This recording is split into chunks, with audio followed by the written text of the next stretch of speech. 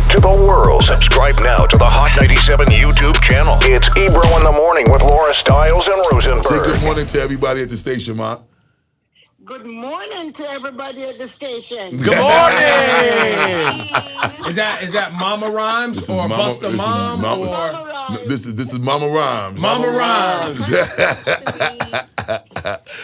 I love you, Scrumptious. I love you, baby. Enjoy your day, and then we'll talk again.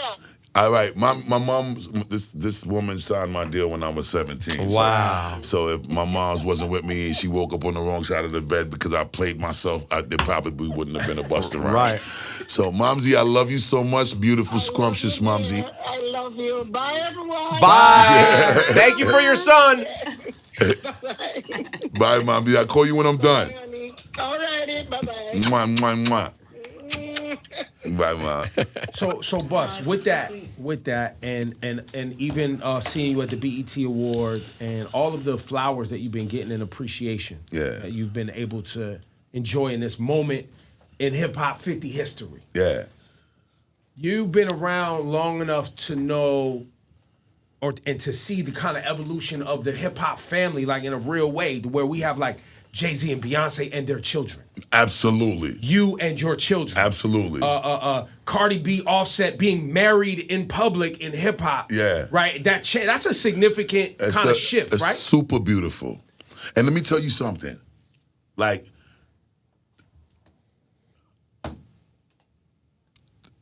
what I know before this change is you don't even show your woman. Right. You don't show your relationship. You don't show your children. You don't show anything that is of significant value, because at the end of the day, it's about protecting that personal space and that privacy. And, you know, we ain't playing with that loose talk when it come to family. If somebody violate and talk crazy about your children or your family, it's like, it's a different type of feeling. It's not even like no rap diss. Like if you rapping with another rap dude and y'all talking crazy, it's a different type. I don't want to rap. When if you violate the family, I'm not rapping. I'm not talking. I'm not doing none of that. We're gonna see each other, and that's gonna be dealt with in the way that it warrants in the moment. Yeah. Absolutely. So that's the thing that separated then from now. But I'm not even gonna front. I think the most beautiful part of the shift and the evolution of like Cardi B and Offset publicly getting married and having their beautiful children, and Jay and Beyonce getting married and having their beautiful children, and you know, so many others. Even Yeah, Kendrick so many in others, his yes. most recent album talking about his wife and kids. No, and they on therapy his and album cover. Right. Yeah. Like that's different. You know what I'm saying? Like to me, I think that especially with a lot of the things that's been going on, that's been very interesting, to say the least, in what the divine order of things are supposed to be, greater than man, the divine order of things that was created by the Most High, which is greater than man. I think that the balance is super necessary and super important to show what the infrastructure of the foundation of a family needs to be and what it looks like, and how important that presence and the representation of that is, because it's just a lot of things have changed because of the lack of the presence of that. It's almost like the coolness influences the furthering of that. And I'm gonna always endorse the right thing being cool.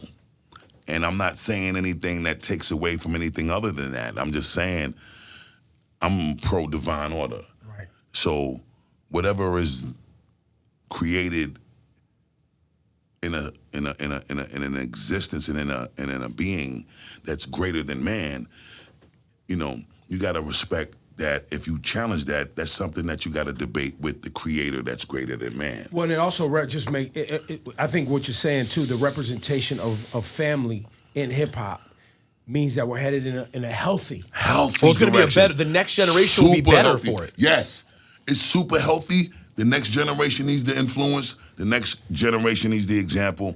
And I just feel like with the balance that represents, it's something that's not only necessary, but it's imperative that we see more of that because of what's been happening. So, you know, it's a friendly reminder of how beautiful hip hop can be, not just through the music, you know what I'm saying, but everything outside of the music, because hip hop ain't just music. Nope. Hip hop is a culture. It's a way of life. It's clothes. It's language. It's something you live. Yes, it's a way to live, and a way to live has a right way and a wrong way, and then whatever is in between that, you classify it how you want. But I know the right way and the wrong way. I know that. I want to see hip hop live in the right way as much as possible, and that's all I'm on. And during Hip Hop 50, and particularly, I just feel like, you know, you touching on that, Ebro, is just in asking that question is powerful, because it's like, you know, we could sit here and talk about, you know, what the dopest records are and what hip hop memories we got based on the music, you know, concerts and all of that all day. But that question I ain't never been asked that, and I haven't heard anybody else been asked that. And I haven't heard anybody in these positions that y'all are in ask those questions, or that question in particularly. And that's super duper deep, super important, and super necessary. We had another interview from, you know, it's one of my favorite interviews. Thank you, man. What, the recent one at Apple? What? I didn't know I could say it. Yeah, of course. Okay, cool. You liked it better because me and Laura weren't there. We get it. We understand. No, we was at Apple Music. Man. Apple Music. Yeah, I saw it. You guys had to sit down right after you, the whole BET thing. Yeah. Before the BET Oh, thing. it was recorded right before it? This was another one, yeah. No. Oh, yeah, that was technically the before. ELE 2, you made me cry. Yeah. I ain't talking about that, Okay. but that was one of my favorite interviews before what we just did when I got the Lifetime LA, Achievement Award. Yes. But I'm saying that LA interview, I don't know what it was about that, but from the minute I walked in the room, I was so happy to see you, B. Yeah. And the whole vibe and the space and the sun and the weekend. And I'm like... Well, and you were on the precipice of something, you know, those that have followed your career, it had, like all careers, it has highs and lows. Right. And, you know, another thing I know of you, even you allowing your mom to join our program means we in a family space. Super family Not space. just her being family, but us being Us, family. all the way. But then on top of that, a lot of people don't know that your mother is the reason not only signed your deal at 17, but you once told me that without your mom, your kids wouldn't have even been getting We had that conversation a couple years ago. That's an absolute fact. While you were on the road being Busta Rhymes, she was holding it down. Super holding it down.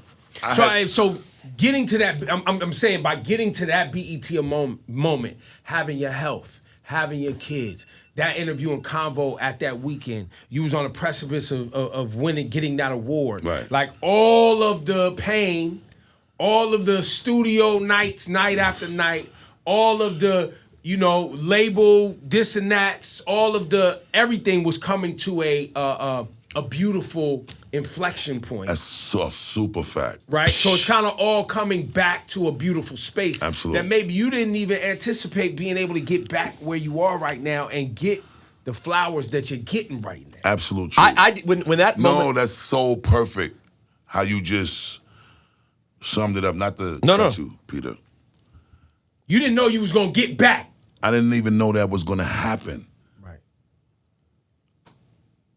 That weekend was the first time all of my kids was in the same room. Like, I have 4 mothers of my children, right? I have 6 kids. One of my kids wasn't there because he had an obligation, my son Sicario. But my daughter Casey, my daughter Mariah, my son Trillian, my son Takai, my son Taziah, my nephew Elijah was there with me. And that's the first time I ever saw them all in the same room. That's the first time I ever dressed them together. That's the first time I ever got them glammed up. Well, not them, but my daughters glammed up while my son was getting groomed up together. That's the first time we watched a movie together. That's the first time I watched them sleep together. And I think watching them sleep was the most gratifying moment for me because, like, in Master Fard Muhammad on ELE2, with me and Rick Ross, there's a point in the song when I say, watching the baby, I said, always catching a beating from something about watching a baby sleeping. From journeys that I travel and missions I be completing. Put the mic down and leave it with mama for safekeeping. But I'm talking about so precious like the moment of watching a baby sleeping. That's the line, right? And to see my baby sleep, it's like the most peaceful thing in the world to witness as a human and especially as a parent. And after the BET Awards, we had an after party that we went to, and then they was hungry. They wanted to eat. Restaurants was closed at 3 a.m.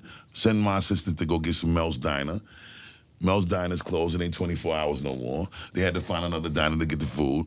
They wanted to watch a movie with me. It's the first time I'm watching a movie with my kids. So we flicking through the movies at the hotel, and John Wick 4 come on, and they like, Dad, let's watch this. And I'm like, I'm with it, because I ain't see it yet.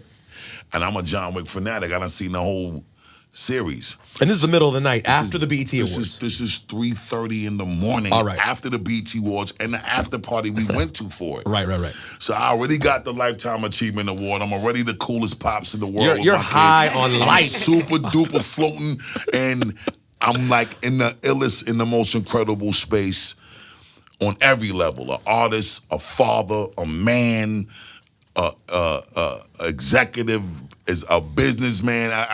I'm feeling myself beyond description, but even more in front of my children. So it's like we watching John Wick, and the food taking mad long to come.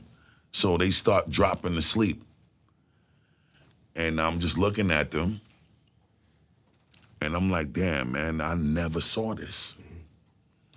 And I just started crying because I'm just like, look at my babies, yo. You know? So, for me,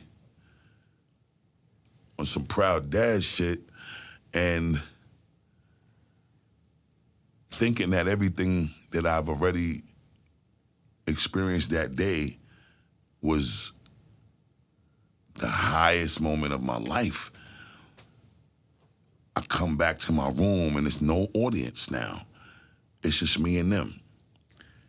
And that shit felt better than anything that I experienced that day. And I just couldn't believe that I actually finally was able to experience this moment on this day during Hip Hop 50, while everything that I've been working so hard for, the shortcomings that I lived with the guilt with, the missing a graduation. Yo, when me and Chris Brown performed Look at Me Now at BET, when Lil Wayne did not do it with us, I missed my son's high school graduation, my oldest son. And I came home from that, and he was upset, and Greenhouse was still open. I threw a party for him at Greenhouse, and I had Jim Jones perform and Ace Hood perform, and I performed. And he was happy about the party, but he still wasn't happy about me missing his high school graduation. And I lived with that shit for a long time.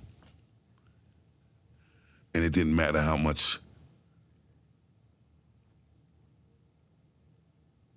I wanted to say sorry. I knew that it wouldn't be enough, you feel me? So when I'm doing the speech and I'm looking at them, and I'm calling them by their name, and I'm seeing how proud they are, it was like, damn, because I know that there's certain shit, as happy as I was to see them happy for me, I knew that there was certain things that I still didn't make up for with them. You know what I'm saying? So I didn't say it on the stage, but I mentioned it in an interview on Entertainment Tonight after, like, you know, missing teaching one how to ride a bike, or missing a high school graduation, or missing a parents-teachers conference. And, you know, you wake up and you deal with that, and then you come outside and then you got a front for niggas when you see niggas like, shit is good, and it ain't good. And living with that for a long time is hard, because it's just like, when and how can I fix it? And you never get the answer to that. It just gets to a point where it's feeling like you just hope that one day they forgive you. And you hope that one day they understand that the sacrifice that was made was the lesser of the two evils, right? Because you damned if you do and you damned if you don't. If I'm home all the time and I'm broke and fucked up, I'm a deadbeat, right? But if I'm not around and I miss certain shit, I'm fucked up because I wasn't there. So what I'm supposed to do? It's a horrible feeling, but failure ain't no option, right? So I gotta do what the fuck is necessary to make sure that they gonna be all right, and just hope they get it. And fortunately for me, when they was all there, and the night was done and the smoke cleared, it was 5 days that we was together that weekend, because I had to do the rehearsals for the show. And we did the rehearsals, and they were with me. It's the first time that they all was together like that. And it was the first time they was together that long. And that experience, it changed everything about my relationship dynamic as a father with my children, as friends with my children. And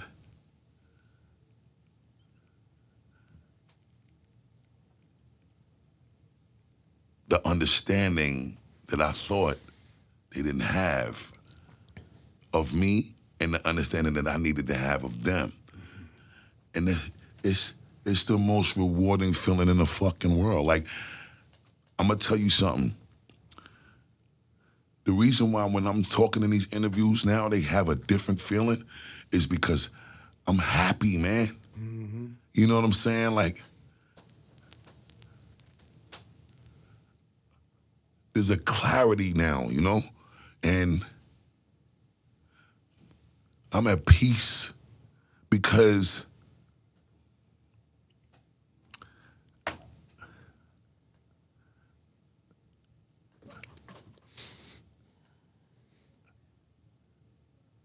I'm finally somewhere in my life that I didn't even know existed, yo. You know what I'm saying? I'm so happy, yo. That's it. That's it. And we happy for you, man. Nah, Thank listen, you for sharing that with us, man. listen, bro. I got to tell you this, Bus. When we were watching the BET Awards that night, okay? I'll be honest, going into it. You know something, man? I'm tired of crying on these. Yeah, well, no, listen, that's you, okay? You love to cry. That happy tears. It's happy tears, every time I pull up with you, B, you end up crying. It don't happen with nobody else, man. It's just with this dude, man. I don't know. It's like, you know. We've been in the trenches a long time, man. I've been in a lot of places, man. You've been with Listen, me. shout to baby Chris, shit. man. Yeah, R.I.P. Chris Lighty. We seen some things, man. We seen some things. Peter calls my phone. We talk about a lot of dudes, man, on some rapper shit. Late night, early afternoon. It's never no business talk. It's just how we like certain Well, so this is what I dudes. have to tell you. I have to tell you this. So when the BET Awards came on, I did not know particularly. I guess I maybe heard Busta was getting something, but you know how award shows are. We weren't going, so I'll turn it on. Turn it on. They say Busta's being honored tonight.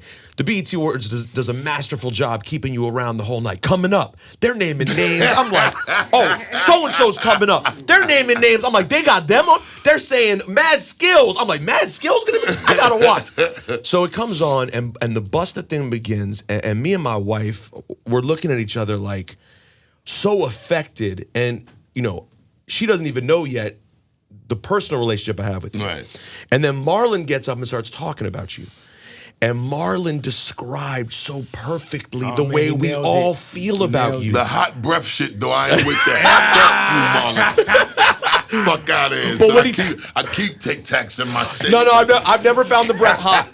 But that feeling, Bust, you have that. Marlon, It's real, bro. That Thank feeling you have with all of us. I had to say to my wife right then, I said, we only been together 3 years. I said, you don't understand. Me and this man have had great moments together. And when I've ever fucked up, the second he sees me, I get the, come here, we gonna talk. You know what I was like, one year at the BET Awards. One year, my brother who idolized this man, had to sit there and watch Busta with his arm around me, screaming in my face for 10 minutes about whatever fuckery I had done at the time. And I so appreciate you, bro. And we all do. That's why that moment hit us all, because you don't always get to see the greats get their flowers. We've seen our legends not get their flowers. That's a fact. And you got it, bro. Thank and you. it made all of us so happy, man. And I so will much. say, like, Peter and I went to the Janet Jackson concert Wait a together. second. How's your little scrumptious muffin? She's so cute. She's God amazing. bless. Thank you. God bless. But Word. I have to tell you that we had a moment as super fans of Janet. Yeah, and when yeah. we saw you, we were just as happy, and we were like, yo, we started talking about you, like how amazing it is to see you in so many, throughout different times in your career, and how you continue to be incredible. Thank you, And Queen. how you're just a fantastic human being. Thank you, We Queen. had a moment, you remember we were talking about, look at him on stage. Well, and with you're Janet. real. We know you. Like, we've seen you, scars and all. Yeah. We've seen everything. I've seen you while out. In the club. I've seen every. We've all seen every version I'm of not you. like that no more. I've changed a lot. But yes, I have seen it a lot. Y'all have seen it. The unfiltered me, like y'all are my friends. But you've given us that. You haven't protected it. You've been vulnerable. You were vulnerable that night. You're vulnerable in this interview. Your music is impeccable. You already know you're one of the greatest to ever do it. It's the other things though that make you a whole different level altogether. Thank you, giving brother. us you, the person. Thank you. The whole thing, man. It's a beautiful part of this Hip Hop 50, man. Listen, man, we having a celebration today with Busta Rhymes, but man. we're gonna get to the music. I think too. I want to point out for the audience, and I'd love you to share this story because there's so many stories. But we have the name Busta Rhymes. Yeah. That name is because of Chuck and D. Hank Shockley Hank and that Shockley, whole the thing, whole which is bomb an squad. era before you. Yes, indeed. So you, and I'm pointing this out, you kind of represent a transitional era in hip hop and are still with us and relevant to this day. Yep. Absolutely. So having you here on this day, I think Perfect. is perfect. You right? represent You joining us. 86 to 23. That's a fact. You've been you're the glue of the whole thing. From Thank you, bro. Chuck to Wheezy to Drake. Thank it all you. runs through. That's crazy. Thank you so much, man. Do you I'm sure you know your resume. Yeah. But do you I know you care about the essential core values of hip hop. the fundamentals is extremely important to me. Very important. Yeah. But do you have you ever took time to stop and understand that like you are that? Recently, the connective to- tissue of the whole do you thing. get to process that? Recently, I think that I started dialing in on that part of my reality because I'm starting to come to terms with the fact that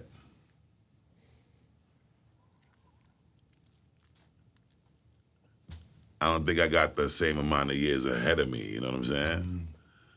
And it's a bittersweet, you know? Because it's like if I'm putting in that much time, if I still got that fire and passion burning in my soul, which I'm pretty sure I'll have it until I'm dead, I don't think I'm gonna be able to perform at the same ability, obviously, because we getting. It gets hard to get up there and throw around the couch. You more and more grown now, and it's like, and I don't like to use the word old because I feel like you can't put a timeline on greatness, and I ain't gonna front. When I was I was in San Tropez doing a show at this club called VIP. It was owned by a dude named Jean Roc. That whole sentence was such a subtle flex. It sounded like a line from I Got It Made. It wasn't even about the flex, though. Here's the flex. Not that I was there doing that. Quincy Jones saw me that night at the show, right? Wow. So here's where the flex comes. Okay. So we're leaving, and Quincy Jones grabs me by the arm, and he's like, Busta Rhymes, seen you doing your thing up there, young blood. I want you to join me for some breakfast. So I'm like, okay, it's Quincy Jones. What you think I'm Say less. Whatever you say. And he goes, well, meet me by the pier, and this is the pier number that I need you to meet me at. And when we get there, it's a 400-foot yacht. And it's sitting at the dock, and we get there, you take your shoes off, you put the slippers on, and you go up on the boat. And this is the 25th anniversary of the Thriller album. And he was 75. And he's 90 now. So we get on the boat. They feeding us waffles and eggs and Patron shots, like some brunch type of vibe. And it's like 7, 8 in the morning.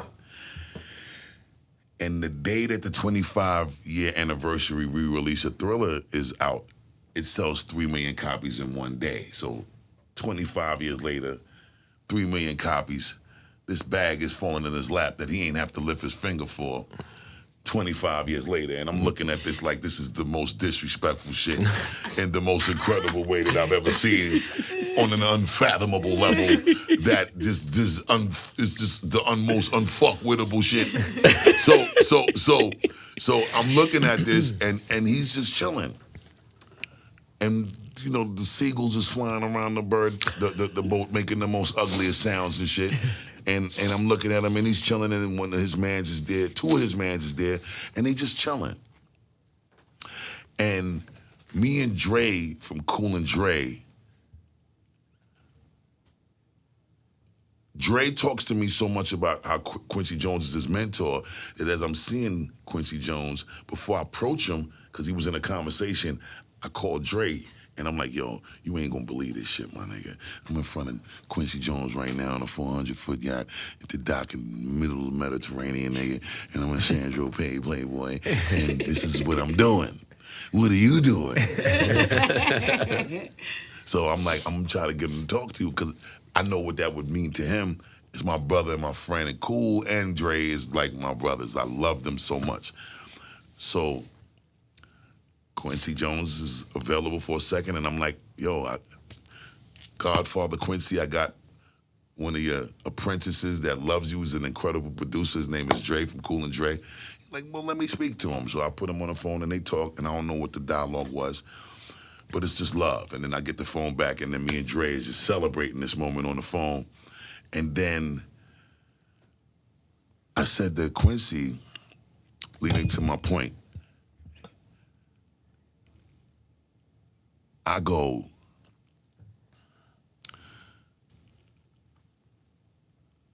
I hope that I am blessed to be able to accomplish a millionth of a fraction of what you did. I think at the time I was like 30-something. And he goes, how old are you? And I said what my age was at the time. I don't remember what it was exactly, but then he goes,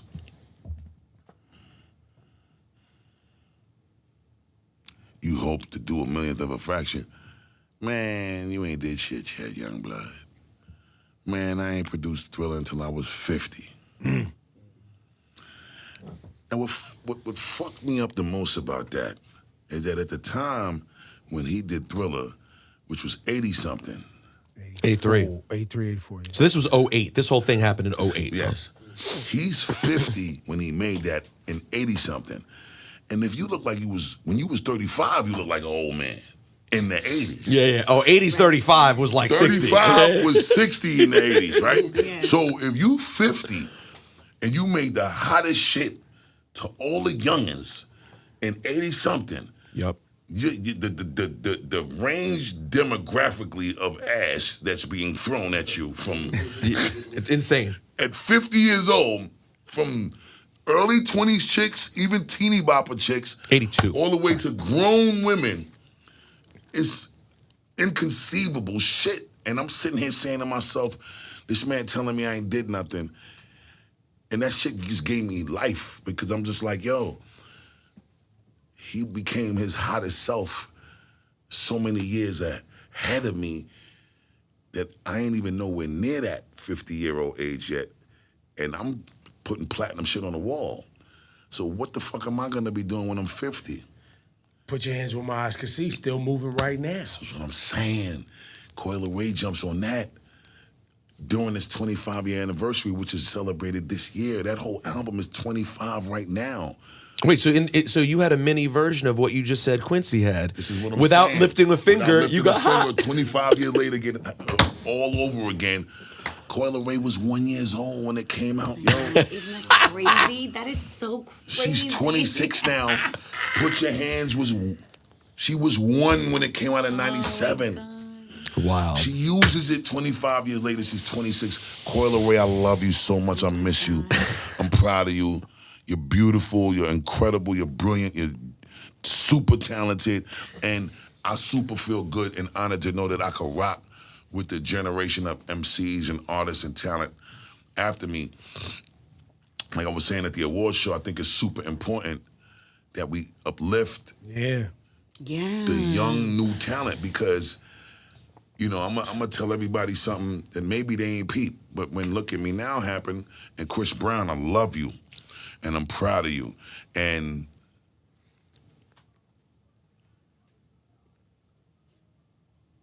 despite the challenges, you ain't gotta answer back to everybody.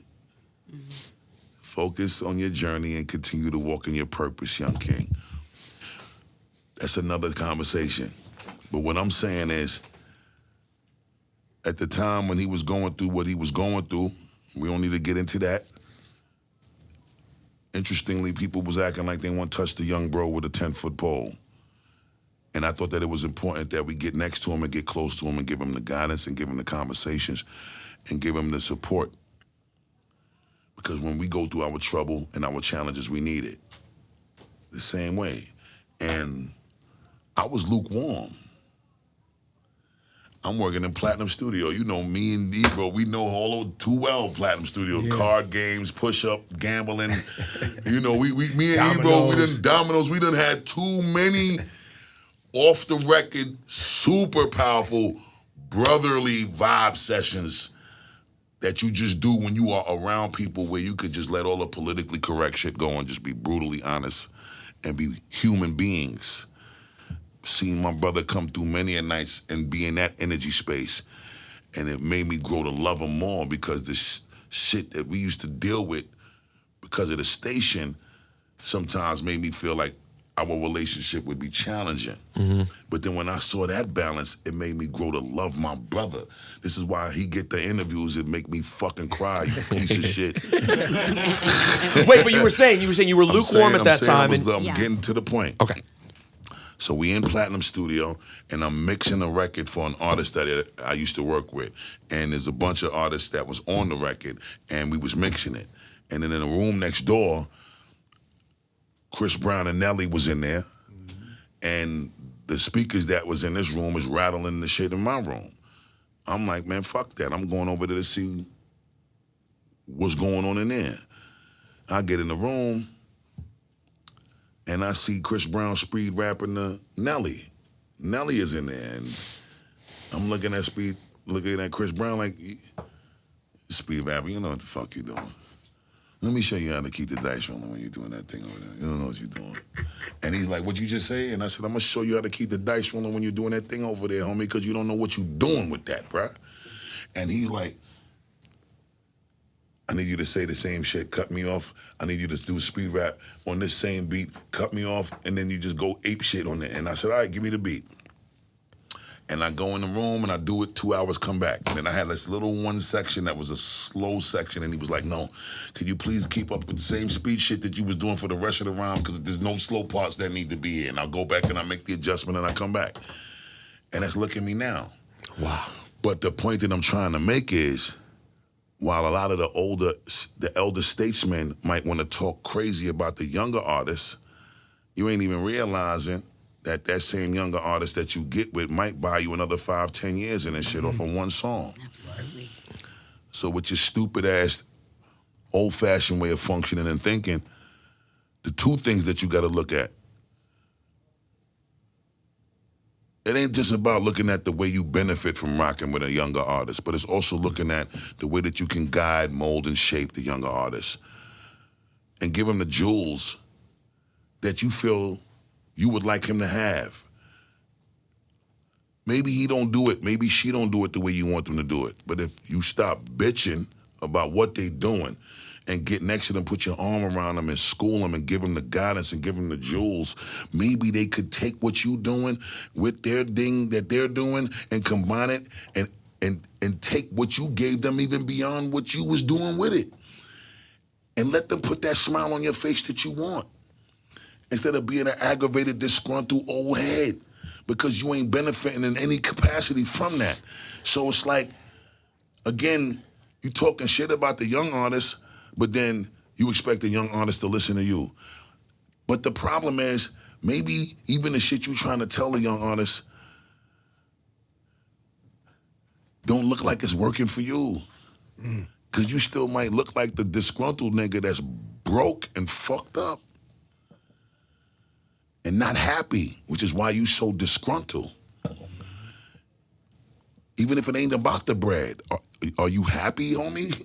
Right. Yeah. You know what I'm saying? Are you happy? Even if you just in a space where you feel like the game should be repping itself sonically and morally and principally and ethically in a certain dynamic. Are you happy? Even if you don't agree with everything, are you happy with what's happening? Are you happy with yourself and the role that you play in what's happening? Because that's really what it boils down to. The role you playing in it. Because the game gonna evolve with or without you. What role are you playing in the evolution though? And if you ain't playing a role that's significant to anybody, ain't nobody listening to you. You look like a fucking bozo at this point. And it's like, we gotta stop that. And I am speaking to a lot of the elder statesmen. It's corny. And we gotta get to it. And it's not productive. And it's so not productive. And on that, you know, our next 50 years in hip hop is really based on our ability for the next generation and those after them to have an example of how to make sure that this hip hop thing is taken care of. Absolutely. I see so much in the young artists where hip hop is in great hands. Absolutely. Hip hop is in great hands. In incredible hands, and in incredible shape. And I think we often forget, you know, and I always like to bring it back around to the individuals that created this art form and culture of black music by pulling all black music into one space and sampling and dancing and clothes, and all of this was built on an experience where black and brown people was trying to be decimated in this city. Man. In the Bronx. That's it was a fact. A trap. It was an extermination was on. Oh, bro, I ain't even gonna front. I look back at some old footage of the South Bronx that they show now. And I mean, we've seen the same footage even 25, 30 years ago. And as crazy as it looked then, it just didn't have the same feeling when you saw it. When you look at it now, the same footage. Wow. I've never seen any other hood look like that in my life, B. It looked like a nuclear bomb hit that shit. Nuclear bomb hit that shit. Yo, bro, blocks and blocks of buildings, abandoned buildings, though. Burnt. The destruction that's just laying around in the street and kids just playing in this shit. And I looked at this shit and I said to myself, yo, even as a dude from East Flatbush, Brooklyn, and they do have some fucked up neighborhoods in Brooklyn. I still never. It wasn't that. Like that.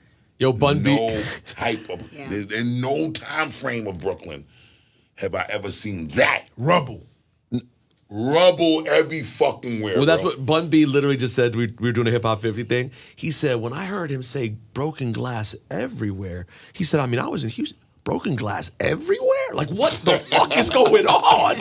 And that's really what it was. Yeah, bro. Yeah, bro. But I think the celebration today is literally how we came together with minimal resources. Yeah. Created a thing that has now provided. We have some of the richest people ever in music Absolutely. have come from this. Absolutely. And then right now, the beautiful piece, and I love this because now you're seeing cats that didn't even get a chance to get to the bag in a real way, getting bags this year for shows, hitting the stage and showing how performances are really done, and they still got it. Absolute. That's the best piece. That's the most incredible part. That's the most incredible part. And if we didn't get to this point, we probably would have still never seen them dudes again. Mm-hmm. This moment has provided an opportunity for us to be given a friendly reminder of some of those cats that Ebro was talking about that we would have never seen unless this moment was this moment. That is not only getting the bag, but giving you a friendly reminder that they will bust your ass. Yes. And now those guys are more likely to get picked up on some of those tours by the ones who were doing shows. Incredibly. Not only just get picked up on tours, but the Live Nations and the AEGs is actually investing in runs with just those artists from that alumni. Mm-hmm. And it ain't even like they got to get picked up. It's almost like they are the go-to for those runs to happen. Yo, by the way, speaking of all these different things in hip-hop, another thing Busta touches that we got to give credit for. Busta is directly connected to the current generation of underground, Griselda, everything that happens. Absolutely. Roc Marci is the godfather of that. Godfather of all of that. How proud are you of what happened? And now Roc gets to have this entire career where he doesn't cave to anything that goes on, and he's living large. Roc Marci is not only my favorite MC. Roc Marci is one of the most brilliant minds that I've ever met. Brilliant minds. So I got a confession. The song Cocaina on the Big Bang album that I put out with Dr. Dre originally was a song with me and Roc Marci. And it was called Cocaina. And he rhymed on this record and he produced it. And I wanted this beat so bad. And he couldn't find a sample, so I couldn't clear it. But I did the hook on his record. And because we couldn't clear it and it couldn't come out, I took the hook off of that record and put it on Cocaina for Big Bang. But Roc Marci on that record, man, he says this rhyme. I don't remember it all the way, but it's like Cecilio, William-O. Been involved with plenty of coke, plenty of dough, made many a foe. Floored this kid in Florida for work he got on, heard he was Turkish. Yo, it's like he says shit that is so, it's like he's a Ray and a Ghost, but with his own shit. And that's why I put him on the Heist on Anarchy album with me and Ray and Ghost, and Large Professor did the beat. Because Marsh, lyrically, first of all, he had 5% knowledge of self, and then he had hustler experience. So very Ray and Ghost. Very Ray and Ghost. Yeah. So that combination made his lingo and his vernacular and his whole shit, like, it was really like advanced compared to any MC that I saw at the time when I moved to Long Island from Brooklyn. And I immediately became a fan of Roc Marci. And I'm to this day one of his biggest fans on a maniacal level. Like I don't care where Mars is. I am a maniacal Roc Mars fan. He is my favorite MC. He's one of my favorite human beings. He's one of my favorite producers, and he's one of my favorite people when it comes to code of ethics. Mm-hmm. He don't play with the morals and the principles and the respect and the integrity that you defend as a man when everything else is taken from you. Marsh don't compromise that. And that's why he's so brilliant in this space that he's in, not having to conform, because, like you said, he created this world that he is the godfather of. And I'm so glad you touch on it, because I've always wanted to say,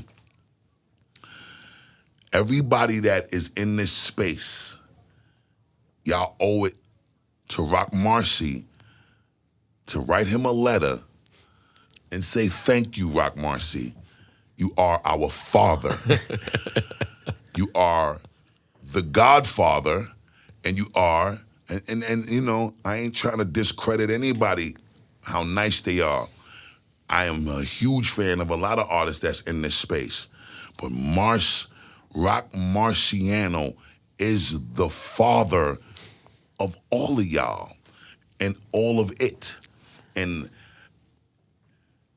it's interesting how people might think that his beginning was from fathering that wave, right?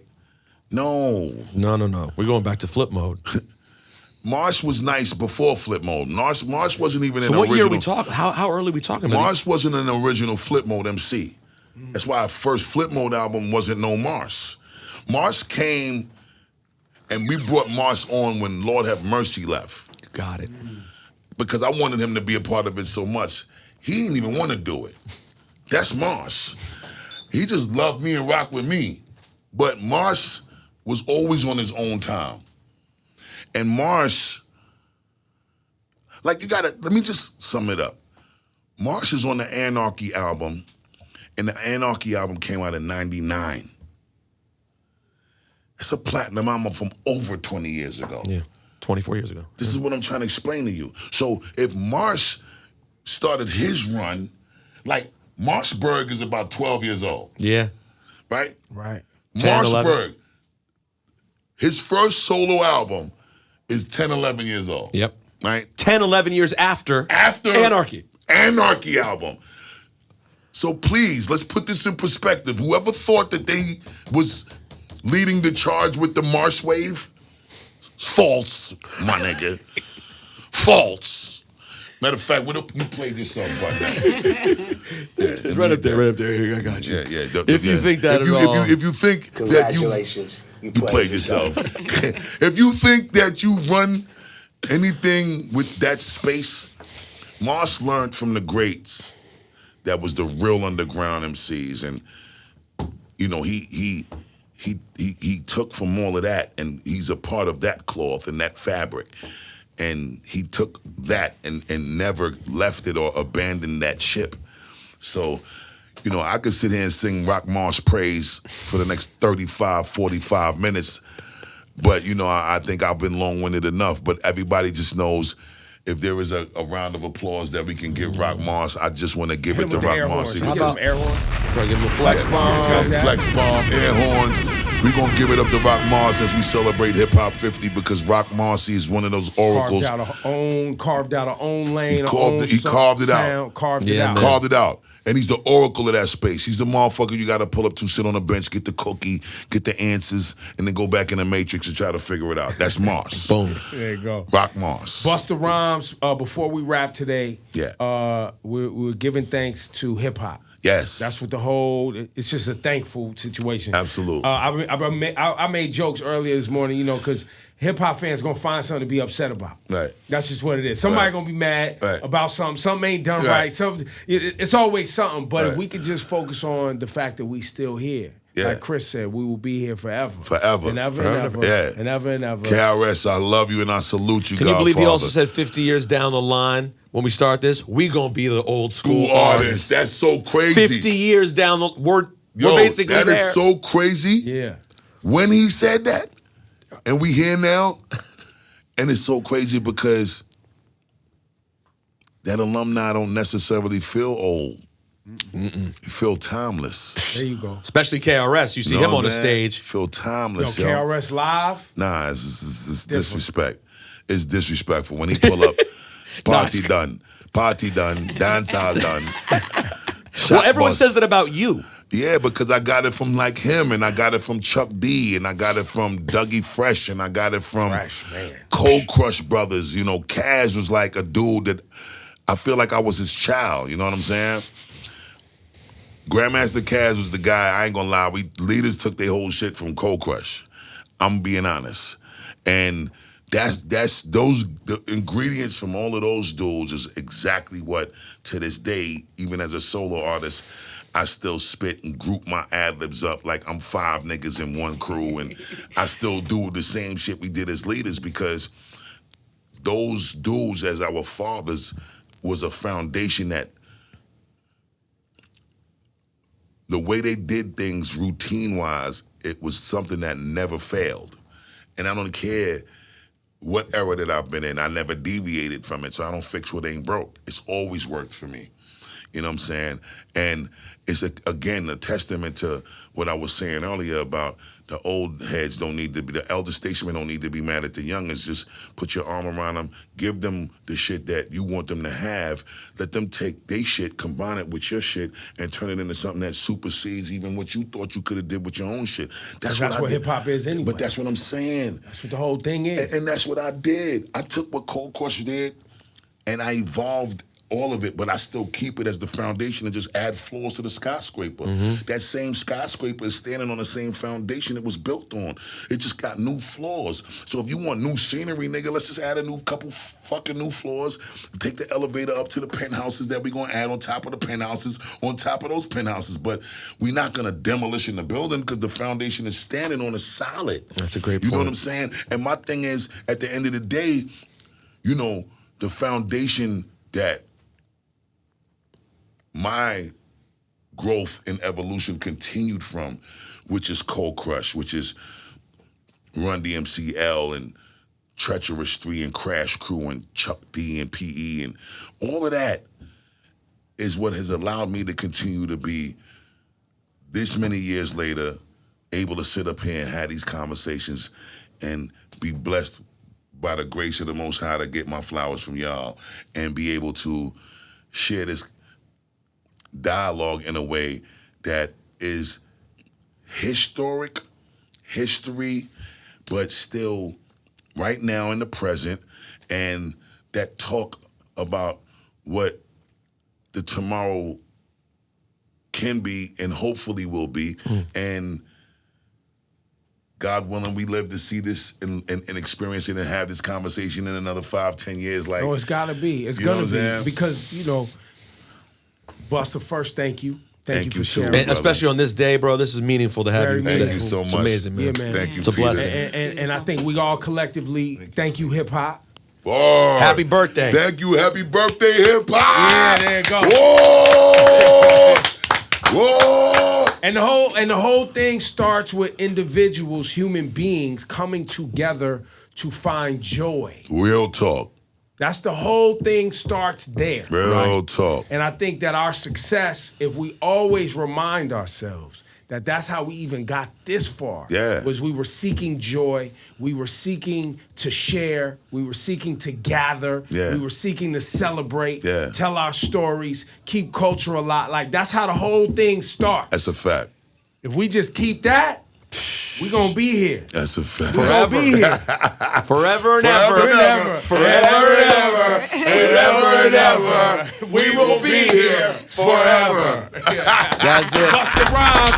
You know what I mean? Happy birthday, hip hop. Happy birthday, hip hop. Thank you for everything you do for me, my kids, my people that I love, everybody that I affect directly and indirectly, hip hop. I don't know what I would be if I ain't have you, hip hop. Love you so much. I wish I could just hug hip hop. Oh, what an end.